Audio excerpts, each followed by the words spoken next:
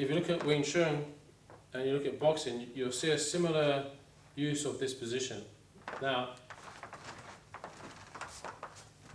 a lot of Wing Chun have what we call a Lan Sau, it means a barring arm or an obstruction arm, and they have it quite high in their forms. But in application, it's used low most of the time, and we use it low in our forms, right? That's why it's controlled by the hip. So you'll see anybody who's doing a Lan Sau up here, to me, is incorrect. Why? Because the pressure is going through the shoulder, right? It's lower because the pressure is through the hip, and also you use it mostly low. You use it to attack the hips and the structure of the spine, which is going to be low, okay? So, if you look at boxing, often what happens is when people are in a kind of medium range, right, which I'm going to call medium range is where we can both nail each other, right? A long range is where you have to kind of step in to hit somebody, right? And then a close range is when you're really in a clinch, right? So if in this kind of medium range position where we can both hit each other, if his structure is still erect in this position, he's still got power, I've still got power, we're kind of even in our structure. So if we start hammering each other from here, we're just trading, right? I want to break his structure. Right? So this position here, I can cut the punch and that will break his structure, which is what we've showed already. But the Lan Sau, I can use it to hack or to bump and to push him and to control him. So I can hack into him this way.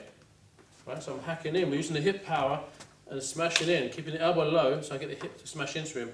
I don't want to lean, right? So I don't want to lean over when I strike. I want to tuck my pelvis in to strike into him and strike into him with my body. Right? Also, in terms of a fight, in terms of a competition fight in MMA or NHB, you're wearing a guy down like that. If you're in here, you're striking, you get in here and you're smashing his elbows here where you're striking him, you're controlling him, but also you're deadening his arms. His arms are getting heavy, they're getting tired. So even though it doesn't look like you're doing much, you're damaging his structure. If his structure's off balance, here, as I'm striking him, he can't send power back to me. Now if he sends that punch back here, he's slightly leaning away, he has to lean in. So as he leans in, I can smash him again, smash him, right, and open him up. Right, so this opens up a lot more opportunities. So the Lan Sau control, this obstruction arm is very important. Now in boxing you'll see a lot of fighters, when they're in tight, they'll often check the person with their arm before they strike. They use a very similar method. It's just controlling the sensitivity. You're feeling where the person is and you strike off that. So you see that in Western boxing all the time. You look at some of the old, no holds barred kind of old school boxing from the 1920s and 30s. You're even seeing some of the old books that people are holding like this before they strike, or they're holding like this before they strike. So they use the same thing, an obstruction arm. You obstruct the person's attack, you bar their attack, and when they attack now, you can feel where the attack's coming from because you've already taken control of them, taken control of their body movement. Okay. We also see a thing called a Bong Sau in Wing Chun, which is a deflecting arm, used mostly incorrectly because they use it as a block. It's not a block, it's just a deflecting arm and also a feeler. You see this in boxing as well, like a wing arm. A lot of times in boxing, people will be in here and they'll wing their arm forward like this, and then throwing a punch, and then wing their arm forward and throwing a punch, because it gives them a feeling of where the person's balance is, where their timing is, and gives them a feeling of the rhythm. Right? So you can do the same thing in our system. What happens is when someone punches, we deflect and strike off that. Okay, so we're going to see that a bit later in more detail. But when he punches, there'll be a deflection and a strike. We'll see that more in the defensive set that we do. Okay, but at the moment, I just want to give you the idea.